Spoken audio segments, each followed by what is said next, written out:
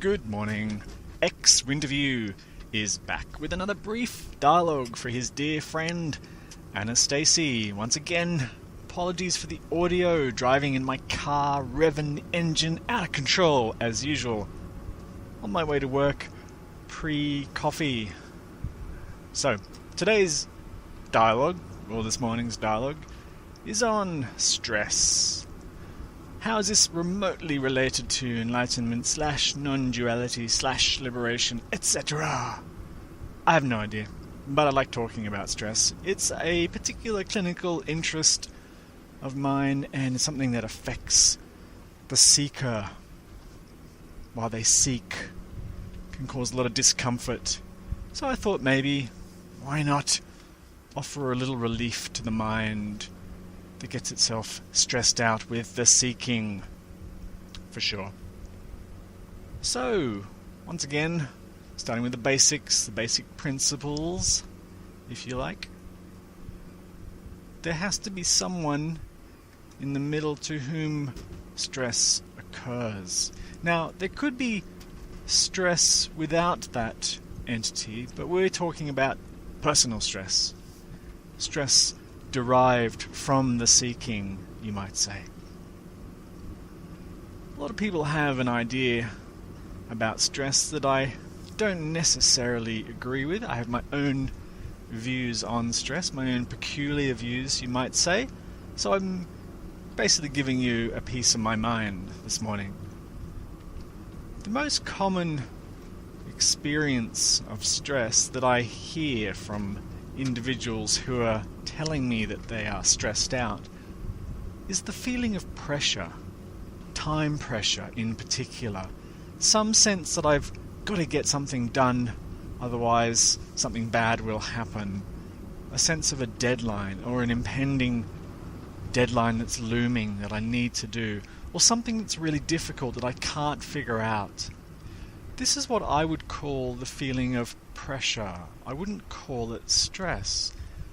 So in my opinion, my humble opinion, the most humble opinion around perhaps, if there was humility awards, I might even win one, that this definition is problematic because it somehow indicates that everything that is time constrained and urgent is stressful, and it's just not the case.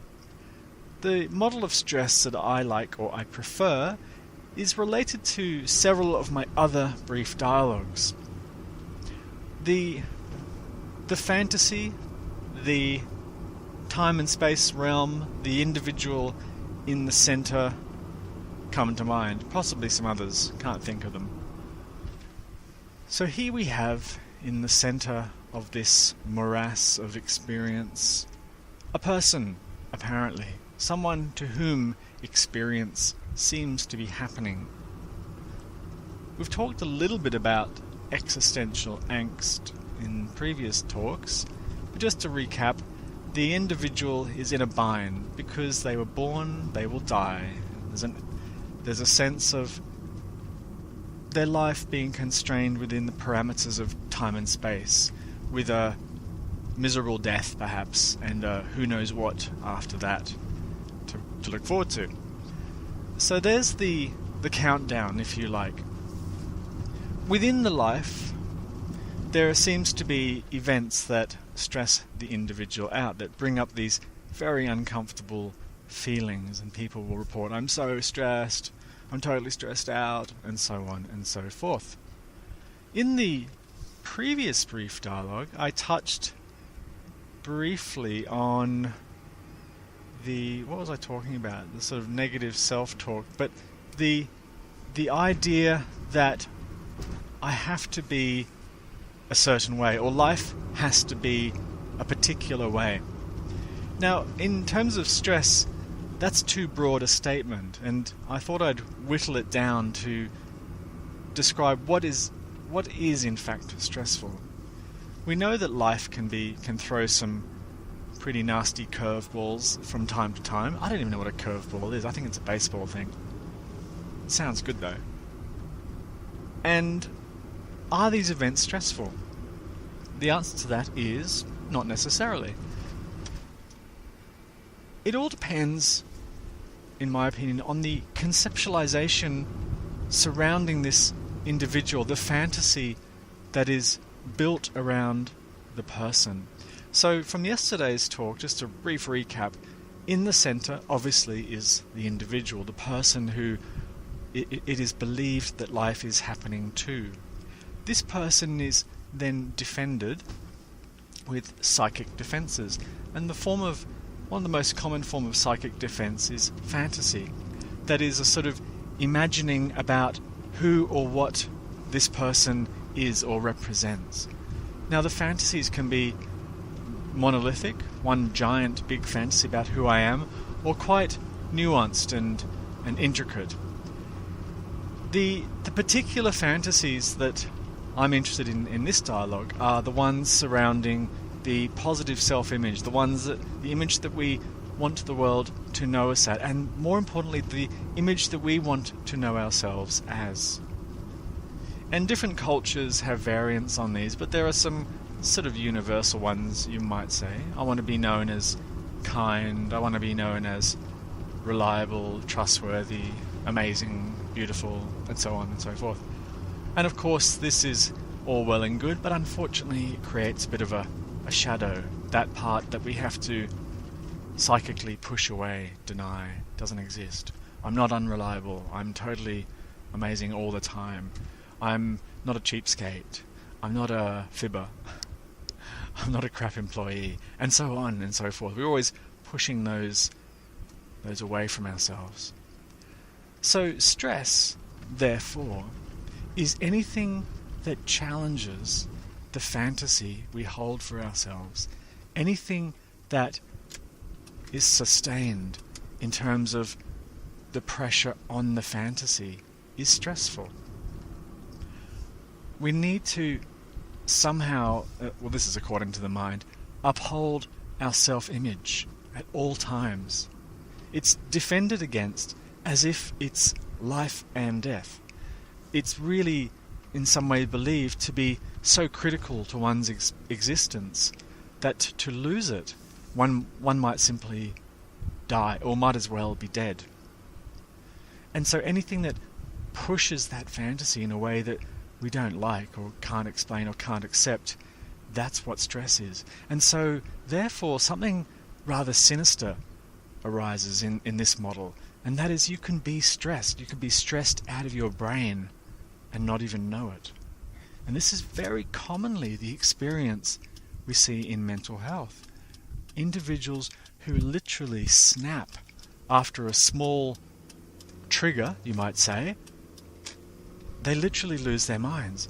And everyone's surprised and shocked at that point, but if you track back, they've probably been under enormous stress for a very long time, trying to uphold an image of themselves, a fantasy that just hasn't been working, you can't sustain it.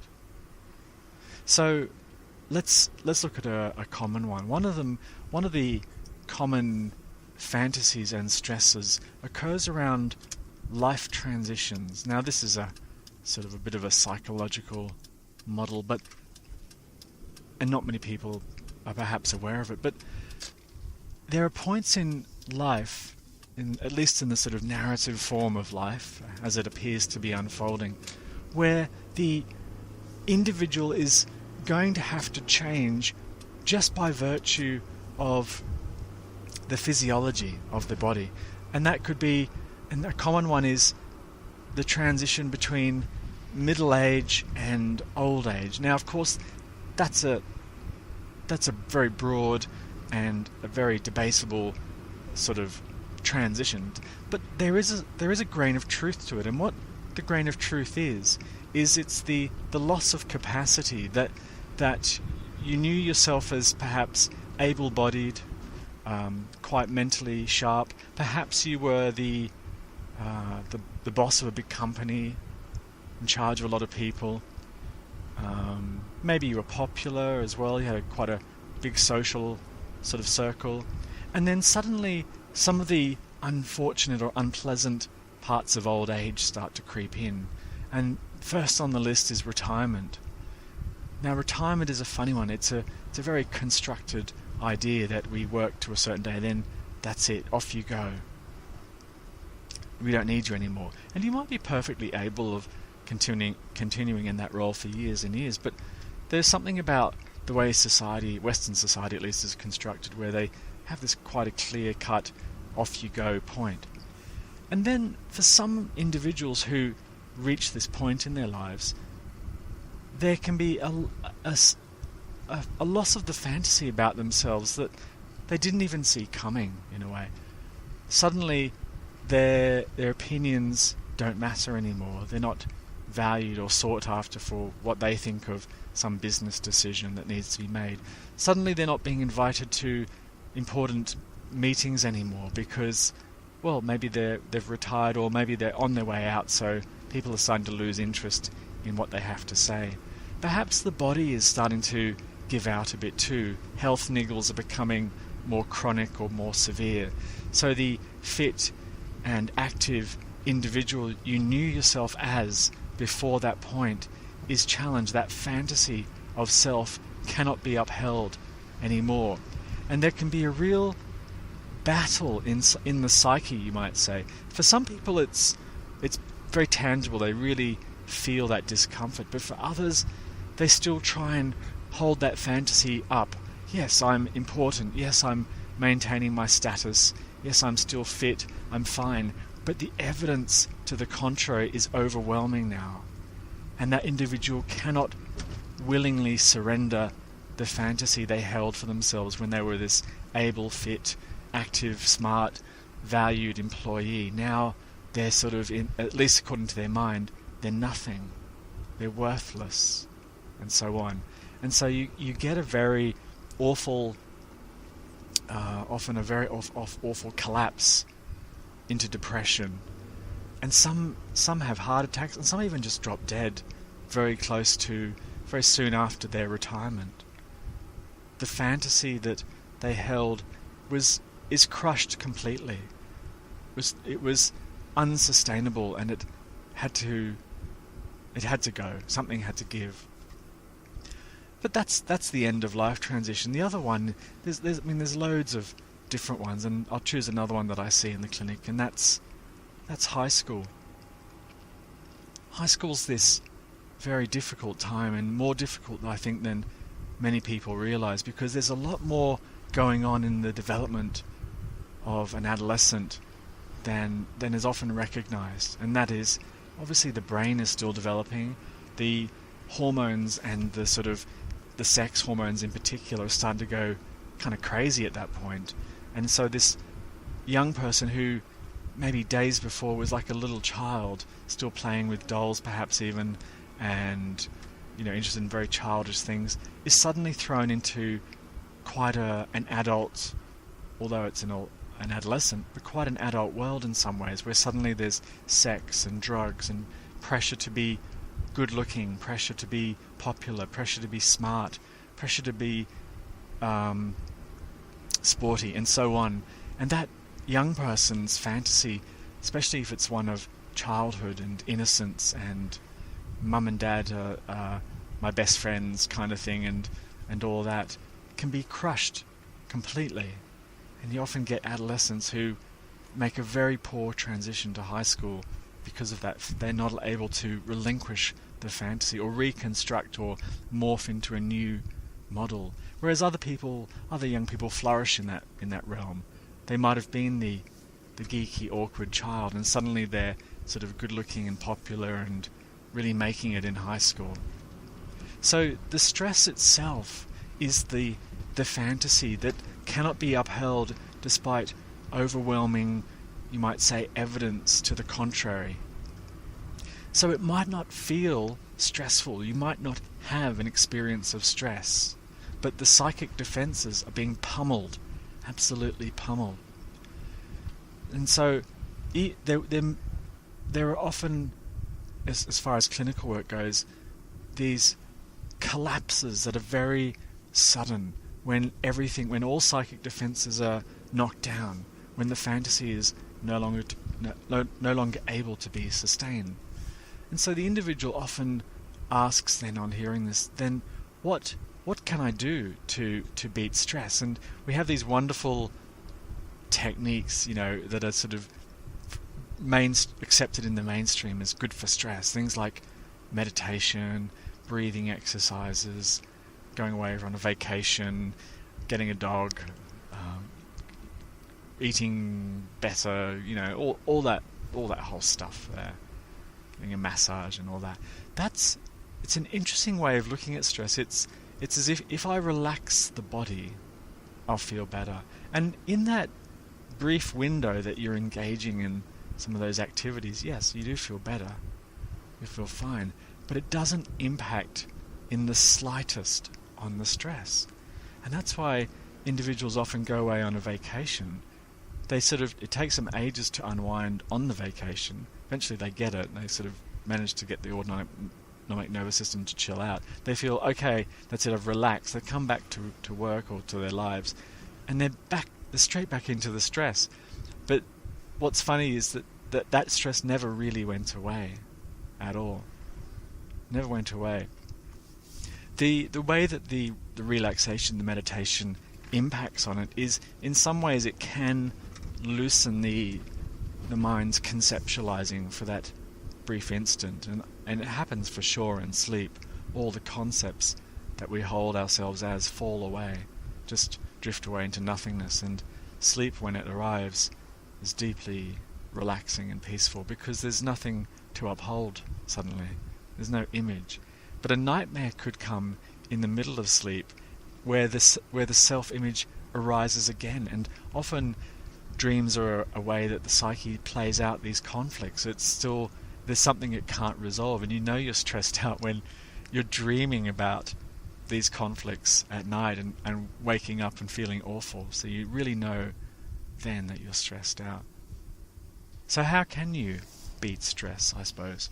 Well, I talked a bit about it in the previous dialogue